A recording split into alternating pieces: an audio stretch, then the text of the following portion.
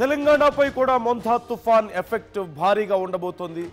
ఇవాళ రేపు ఎల్లుండి తెలంగాణలో భారీ నుంచి అతి భారీ వర్షాలు ఉండబోతున్నాయి. పెద్దపల్లి, ములుగు, భూపాలపల్లి జిల్లాల్లో అతి భారీ వర్షాలు ఉండబోతున్నట్టుగా తెలుస్తోంది.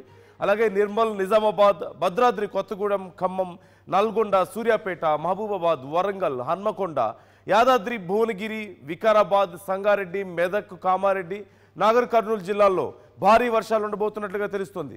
రేపు ఉమ్మడి ఆదిలాబాద్, వరంగల్ జిల్లాల్లో అతి భారీ వర్షాలు పడబోతున్నాయంటూ వాతావరణ శాఖ హెచ్చరికలు జారీ చేస్తుంది.